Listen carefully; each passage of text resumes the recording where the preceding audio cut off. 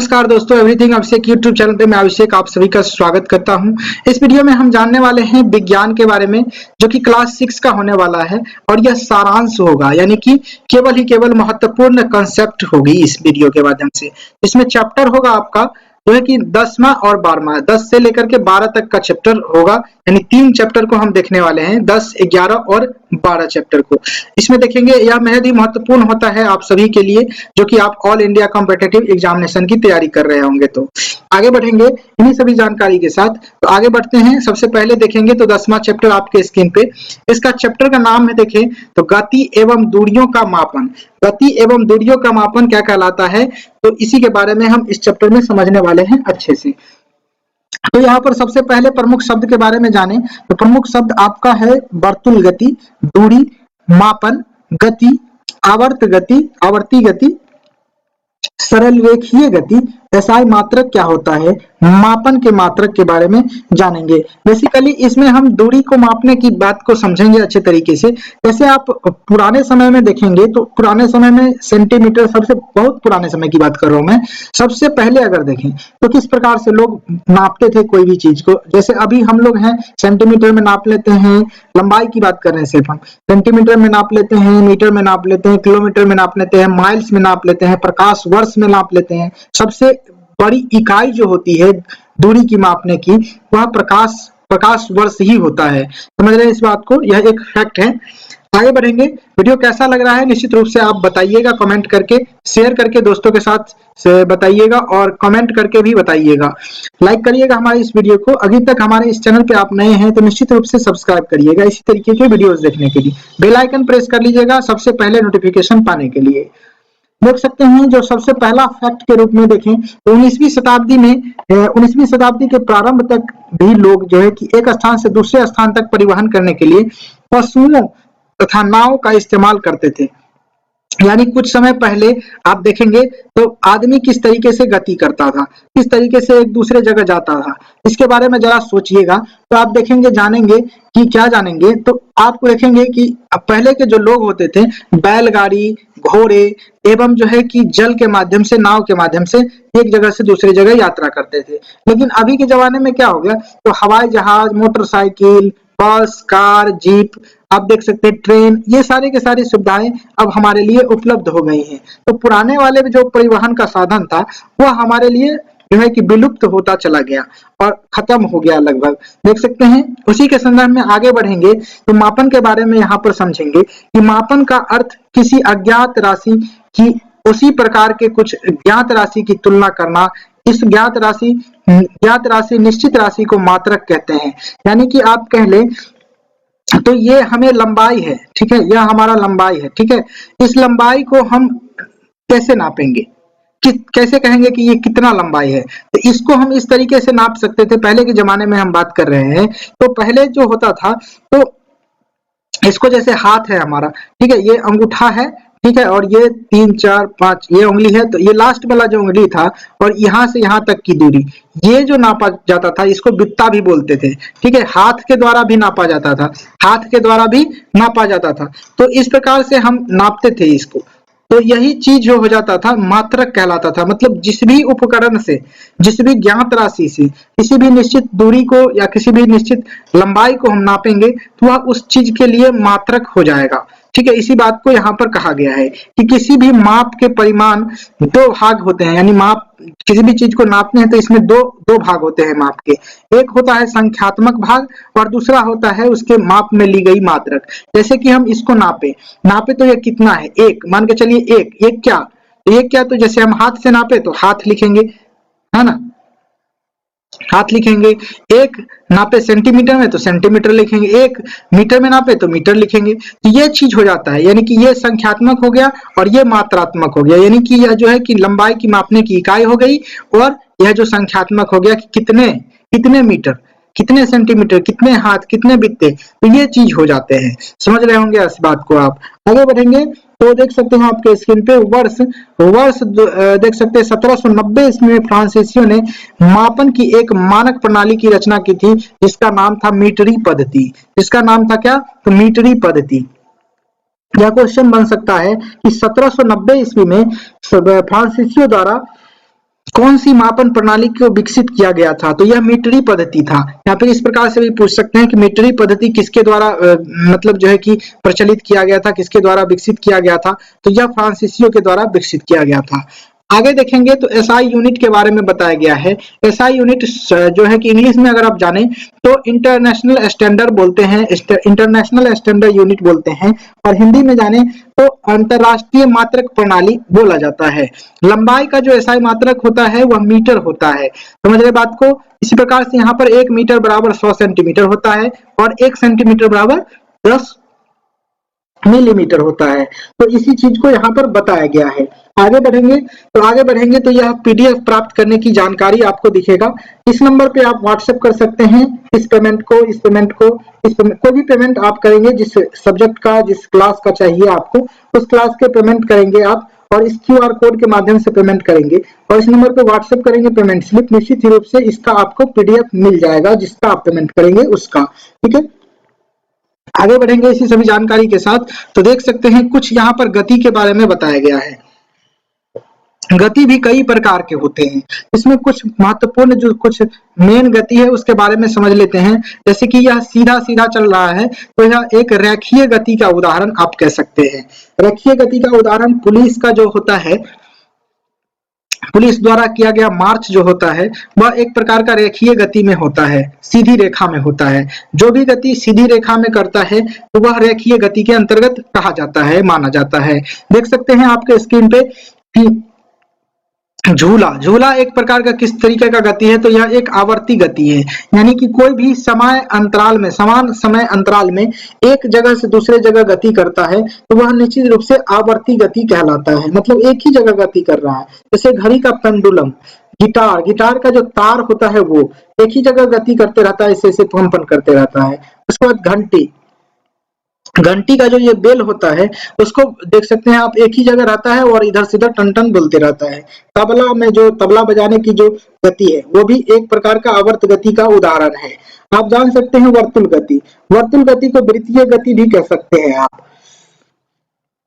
वृत्तीय गति क्या होता है? जब कोई भी जो है कि कोई भी वस्तु एक ही स्थान पर गोल गोल घूमते रहते हैं, जैसे कि पंखा हो, जैसे कि ये जल निकालने वाला हो, या दिशा सूचक हो। ये चीज हो जाता है पवन से जो है कि दिशा सूचक होता है कि कौन से हवा बह रहा है, किधर से हवा बह रही है। तो इस चीज को लिए यह लगाया जाता है। ठीक है, तो यह वर्तुल गति के कुछ उदाहरण है। आगे बढ़ेंगे तो यह सारांश आप देख सकते हैं आपके स्क्रीन पे। क्या है सारांश? तो देख सकते हैं सबसे पहला है तो एक स्थान से दूसरे स्थान तक जाने के लिए परिवहन के विभिन्न साधन का उपयोग किया जाता था। पहले समय के बात कहा जा रहा है और अभी के टाइम में भी इसी प्रकार से होते हैं। कई सारे विभिन्न साधनों का हम लोग उपयोग करके एक दूसरे स्थान तक जाते हैं। देखेंगे यहाँ पर कि प्राचीन काल में लोग पैर की लंबाई, अंगुली की चौड़ाई, एक कदम की दूरी आदि का उपयोग करके मापन के मात्रक के रूप में करते थे। मैंने पहले बता दिया कि अंगुली की जो चौड़ाई होती थी, 2 अंगुली की चौड़ाई, जैसे कि अंगूठा और कनिष्ठा अंगुली की जो चौड़ाई होती थी उसे बीत बोलते हैं, तो उससे नापते थे। और जो है कि हाथ से नापते थे, डेग से नापते थे, कदम जिसको बोलते हैं।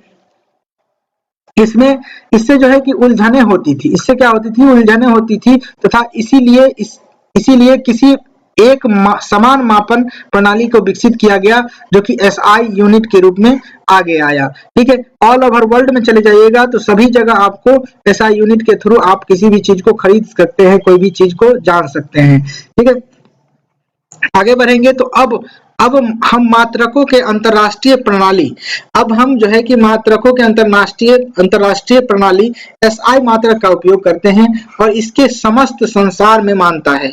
जो है कि एसआई यूनिट जो है उसका जो है कि समस्त संसार में मान्यता प्राप्त है।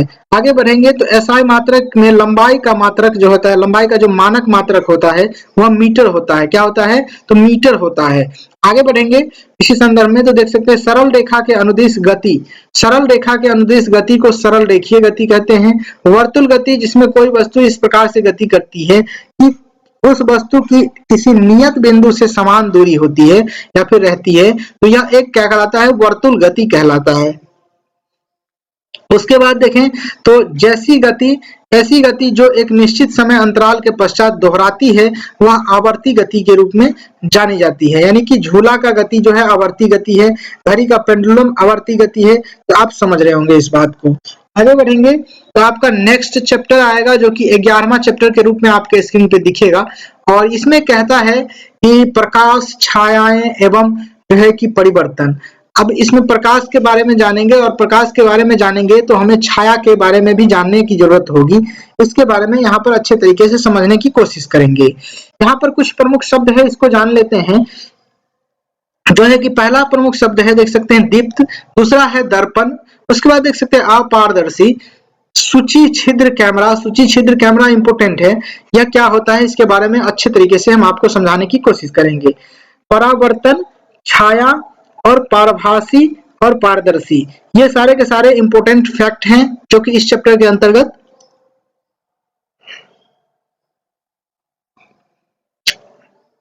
समझने को मिलेंगे। आगे बढ़ेंगे, देख सकते हैं स्क्रीन पे।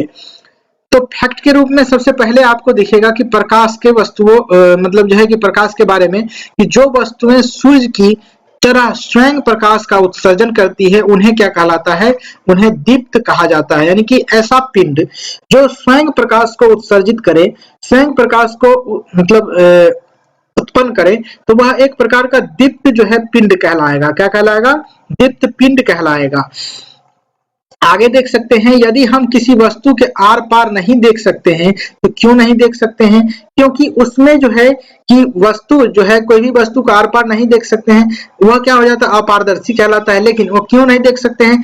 क्योंकि इससे जो है प्रकाश जो है कि आर पार नहीं जा सकती है। इस वजह से हम क्या करते हैं, तो नहीं देख पाते हैं इस साइड से उस साइड किसी भी अपारदर्शी वस्तु के। यदि आप किसी वस्तु के आर पार देख सकते हैं तो वह वस्तु प्रकाश के अपने अंदर से होकर जाने देती है। ऐसी वस्तु को पारदर्शी वस्तु कहते हैं। यानी कि ऐसी वस्तु जिसके द्वारा जो है कि प्रकाश एक साइड से दूसरे साइड चला जाए तो वह निश्चित रूप से पारदर्शी के उदाहरण होंगे।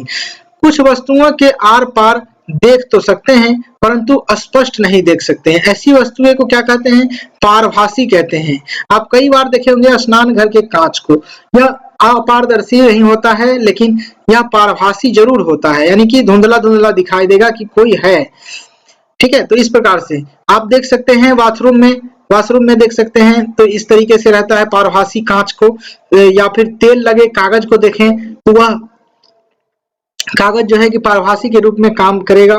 ठीक है, उसी के संदर्भ में देखें तो कुछ फैक्ट है छाया के रूप में कि रिडयार्ड किपलंस की रचना जो है कि जस्ट सो स्टोरी, विशेषतः कहानी how the leopard get its spot में उन्होंने धारीदार चत्तीदार दाग धब्बे वाली परछाई का वर्णन किया। यहाँ उस कहानी के एक उदाहरण है जिसमें कि बहुत सी परछाइयां बताई गई है। यानी कि यह जो एक प्रकार का जो है कि कंटेस्ट था जिसमें रिडयार्ड किपलंस जो थे, इसकी रचना थी जस्ट सो स्टोरी। उसमें हाथ के जो है कि छांव बना करके आप आर्ट देखे होंगे, शैडो आर्ट जिसको बोलते हैं, उस तरीके से दिखाया गया था। ठीक है, इस बात को जानेंगे, ध्यान रखेंगे, इस फैक्ट को पूछा जा सकता है। आगे बढ़ेंगे तो प्रकाश एक सरल रेखा में गमन करती है, इस बात को लिखा गया है। और इसी कारण जब कोई अपारदर्शी वस्तुओं को रोकती है तो उस वस्तु की छाया बन जाती है। यानी कि जब प्रकाश जो होती है वह सीधी रेखा में गमन करती है। यहाँ पर इस प्रयोग से आप अंदाजा लगा सकते हैं, ये कंघी है और ये कंघी में इस तरीके से डंटल है और यह जो डंटल है वह अस्थाई है। लेकिन ये जो प्रकाश मारा जा रहा है, यह प्रकाश जो है कि इस प्रकाश को जो है कि यह जो डंटल है, इसका कंघी का जो सुई है वो रोक लेता है और उसी का जो छाया बन जाता है हूबहू। ठीक है, तो इसी बात को दर्शाया गया है यहाँ पे। आगे बढ़ेंगे तो सारांश आपका दिखेगा। इसमें चैप्टर में कुछ भी ज्यादा नहीं था तो आप देखेंगे यहाँ से सारांश के बारे में कि अपारदर्शी वस्तुएं प्रकाश को अपने ओर से होकर नहीं जाने देती है, इसलिए यह अपारदर्शी होता है।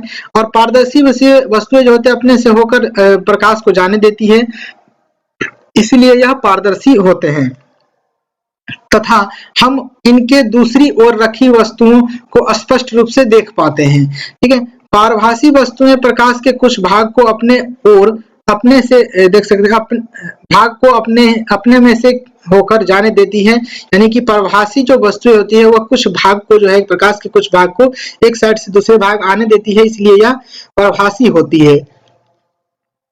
आगे बढ़ेंगे तो निश्चित रूप से देखेंगे अगला फैक्ट के रूप में कि जब प्रकाश के परिपथ में कोई अपारदर्शी वस्तु आ जाती है तो उसका क्या करता है, तो छाया बन जाता है। निश्चित रूप से जब आप अपारदर्शी मतलब एक कांच को देखिएगा, कांच को धूप में ले जाएगा तो उसका कोई छाया नहीं बनेगा, है ना। लेकिन उसी प्रकार से आईना को आप ले जाइएगा तो वो रिफ्लेक्ट ही कर देगा पूरा का पूरा, है ना। ये चीज होता है। आगे बढ़ेंगे तो साधारण सामग्री से सूची छिद्र कैमरा बनाया जा सकता है तथा इसका उपयोग सूर्य तथा दीप्त अतिदीप्त वस्तुओं के प्रतिबिंब को देखने में किया जा सकता है। यानी कि हम बात करें कि साधारण सामग्री से सूची छिद्र कैमरा क्या होता है, तो सूची छिद्र कैमरा आपको जानने की कोशिश करूंगा मैं। तो ये जो पेड़ होता है, ठीक है, घनेदार जो पेड़ होते हैं, आप गर्मी के मौसम में देखे होंगे ये चीज, घनेदार जो पेड़ होते हैं उसके नीचे जो होता है जब खूब धूप होता है तो उसके नीचे देखेंगे आप जमीन पे जहां पर उसका छांव होता है उस पेड़ का, वहां पर देखेंगे इस तरीके से बूंदा बूंदा आपको रोशनी की धब्बे दिखाई देंगे। यही जो छिद्र है, यही जो रोशनी के जो धब्बा है, यही एक प्रकार से प्रतिबिंब का काम करते हैं और इसी को कहते हैं जो है कि आपका क्या कहते हैं, तो सूची छिद्र कैमरा कहते हैं। यह एक जो वृक्ष का जो छाया होता है वह प्राकृतिक सूची छिद्र कैमरा कहलाता है। समझ रहे बात को। आगे बढ़ेंगे तो यह प्रकाश सरल रेखा में गमन करती है। प्रकाश किस रेखा में गमन करती है, तो सरल रेखा में गमन करती है। और आगे बढ़ेंगे तो देख सकते हैं नेक्स्ट पॉइंट के रूप में कि दर्पण परावर्तन से हमें स्पष्ट प्रतिबिंब प्राप्त होता है। दर्पण के जो परावर्तन होते हैं उसमें जो है कि हमारा जो प्रतिबिंब है, हमारा चेहरा का जो फिगर है वह अच्छे तरीके से दिखता है, स्पष्ट दिखता है। इसी बात को यहाँ पर कहा गया है। आगे बढ़ेंगे 12वां चैप्टर आपके स्क्रीन पे देख सकते हैं, तो ये इसका नाम देख सकते हैं। तो सबसे पहले नाम देखें तो विद्युत तथा परिपथ। विद्युत तथा परिपथ में जानेंगे कि करंट एवं जो है कि परिपथ, इसके बारे में जानेंगे। तो सबसे पहले प्रमुख शब्द को जान लेते हैं जो कि है आपके स्क्रीन पे, बल्ब, विद्युत चालक। विद्युत चालक जो कह ले तो जिसको सुचालक बोलते हैं, विद्युत का सुचालक बोलते हैं, ठीक है। विद्युत सेल बोलते हैं, विद्युत परिपथ बोल सकते हैं, तंतु, और देख सकते हैं विद्युत रोधक जिसको बोलते हैं, जिसको कुचालक कहते हैं, कुचालक जिसको भी कहते हैं, कुचालक जिसको बोलते हैं, यह विद्युत का कुचालक होता है ना। विद्युत का कुचालक जिसको विद्युत रोधक कहते हैं। स्विच जो होता है कट ऑफ करने के लिए, लाइट को कट ऑफ करने के लिए, देने के लिए इसकी उपयोग की जाती है स्विच का। टर्मिनल का उपयोग अलग अलग जो है कि अलग अलग आवेश को बताने के लिए, यानी कि जब प्लस आवेश और माइनस आवेश को बताने के लिए किया जाता है। आगे बढ़ेंगे तो और जानकारी आपको अच्छे से समझ में आएंगे। यहाँ पर मैंने अभी बताया कि टर्मिनल किसे कहते हैं, तो ये प्लस धनात्मक टर्मिनल है, ये ऋणात्मक टर्मिनल है। यह एक प्रकार का विद्युत सेल है, देख रहे होंगे आप फिगर में। उसके बाद देख सकते हैं स्विच सहित विद्युत परिपथ में कोई भी अगर इलेक्ट्रिक उपकरण को जोड़ दिया जाए बैटरी के साथ तो यह एक प्रकार का परिपथ का निर्माण करता है। और इसमें एक प्रकार से बैटरी के रूप में, यहाँ देखें बैटरी नहीं, इस यहाँ पर देख सकते हैं पिन के स्विच के रूप में पिन का इस्तेमाल किया गया है। तो यह एक प्रकार का विद्युत स्विच भी कहलाता है, ठीक है। आगे बढ़ेंगे तो यह टर्मिनल है। टर्मिनल मैंने बता दिया कि यह ऋणात्मक टर्मिनल है या धनात्मक टर्मिनल है। तो ये इसी चीज को भी बल्ब में भी होते हैं इसी प्रकार से। तंतु बल्ब में देख सकते हैं यहाँ पर लगा होता है जो कि नाइक्रोम का बना होता है। और इसमें जो बल्ब के अंदर जो भरे जाने वाले गैस होते हैं वह एक अक्रिय गैस होते हैं। अक्रिय गैस यानी इनर्ट गैस होते हैं। और इनर्ट गैस के रूप में इसमें कई सारे 8 इनर्ट गैस हैं, तो उसको आप जानेंगे अपर लेवल क्लास में, मैं बताने की कोशिश करूंगा।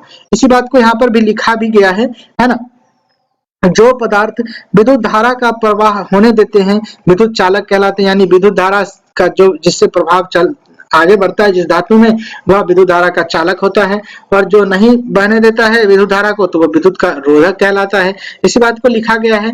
विद्युत परिपथ में धारा की किस तरीके से होते हैं, तो देख सकते हैं धारा जो प्रवाहित होती है निगेटिव से पॉजिटिव की तरफ, निगेटिव से पॉजिटिव की तरफ जो है कि धारा प्रवाहित होती है विद्युत परिपथ में। ध्यान रखेंगे इस बात को। आगे बढ़ेंगे तो कुछ जानकारी है पीडीएफ प्राप्त करने की, जो यह मेरा नंबर है और इस पे व्हाट्सएप करके आप इसको पीडीएफ को प्राप्त कर सकते हैं। संबंधित प्राइस भी लिखा हुआ है यहाँ पे और इस क्यूआर कोड के माध्यम से पेमेंट कर सकते हैं। पेज को आप पॉज कर लीजिए और स्क्रीनशॉट लेकर के रख लीजिए और इस क्यूआर कोड को स्कैन करिएगा। निश्चित रूप से आपका पेमेंट हमारे पास आएगा और मैं आपको यह पीडीएफ तुरंत रिप्लाई में भेज दूंगा। ठीक है, तो ये चीज आपको देखने को मिला। आगे बढ़ेंगे इसी सभी जानकारी के साथ। तो मैं बताना चाहूंगा, अभी तक हमारे इस चैनल को अभी तक आप सब्सक्राइब नहीं किए तो सब्सक्राइब कर लीजिएगा, शेयर कर लीजिएगा दोस्तों के साथ और लाइक करिएगा वीडियो को। आगे बढ़ेंगे तो यह जानकारी आपके कैसा लगा, यहाँ पर संक्षेप के बारे में भी बताया गया है। तो यहाँ पर सारांश के बारे में देखें तो विद्युत सेल विद्युत का एक स्रोत होता है। विद्युत सेल क्या होता है? विद्युत का एक स्रोत होता है। विद्युत सेल में दो टर्मिनल होते हैं। विद्युत सेल में दो टर्मिनल होते हैं, जो धन टर्मिनल होते हैं तथा ऋण टर्मिनल होते हैं। नेक्स्ट जो पॉइंट है वह कहता है कि विद्युत बल्ब में एक फिलामेंट होता है जिसमें टर्मिनल से जुड़ा होता है, जो कि टर्मिनल से जुड़ा होता है। और आगे देखें तो विद्युत द्वारा प्रवाहित होने वाला विद्युत बल्ब दीप्त हो उठता है। विद्युत द्वारा प्रवाहित होने वाला बल्ब विद्युत बल्ब जो होता है दीप्त हो उठता है। आगे पॉइंट है कि बिंदु बंद विद्युत परिपथ में विद्युत धारा विद्युत सेल के एक टर्मिनल से दूसरे टर्मिनल तक प्रवाहित होती है। बंद विद्युत परिपथ में विद्युत धारा विद्युत सेल के एक टर्मिनल से दूसरे टर्मिनल तक प्रवाहित होती है। आगे बढ़ेंगे, देख सकते हैं स्विच एक सरल युक्ति है। स्विच क्या है? तो एक सरल युक्ति है जो विद्युत धारा के प्रवाह को रोकने में प्रारंभ करते हैं। विद्युत धारा के प्रवाह को रोकने के लिए प्रारंभ करने के लिए परिपथ को तोड़ता है अथवा जो है कि पूरा करता है। ध्यान रखेंगे इस बात को। स्विच जो है कि एक सरल युक्ति है जिसमें जो है कि हम क्या करते हैं, विद्युत धारा को स्टार्ट करने के लिए, चालू करने के लिए, प्रवाहित करने के लिए इस्तेमाल करते हैं या फिर रोकने के लिए, बंद करने के लिए इस्तेमाल करते हैं। आगे बढ़ेंगे, जिन पदार्थों से होकर विद्युत धारा प्रवाहित होती है वह विद्युत के चालक कहते हैं। जो पदार्थ जो है कि विद्युत धारा से प्रवाहित हो जाती है तो वह निश्चित रूप से विद्युत चालक कहलाता है। आगे बढ़ेंगे तो और फैक्ट है आपके स्क्रीन पे कि जिन पदार्थों से होकर विद्युत धारा प्रवाहित नहीं कर सकती वह विद्युत रोधक यानी कुचालक कहलाता है। समझ रहे हैं बात को? ठीक है, आगे बढ़ेंगे तो देख सकते हैं नेक्स्ट चैप्टर है आपके सामने में, जो कि नेक्स्ट वीडियो में आपको देखने को मिलेगा। फिलहाल इस वीडियो में बस इतना ही। Thank you for watching this video. जय हिंद, वंदे मातरम।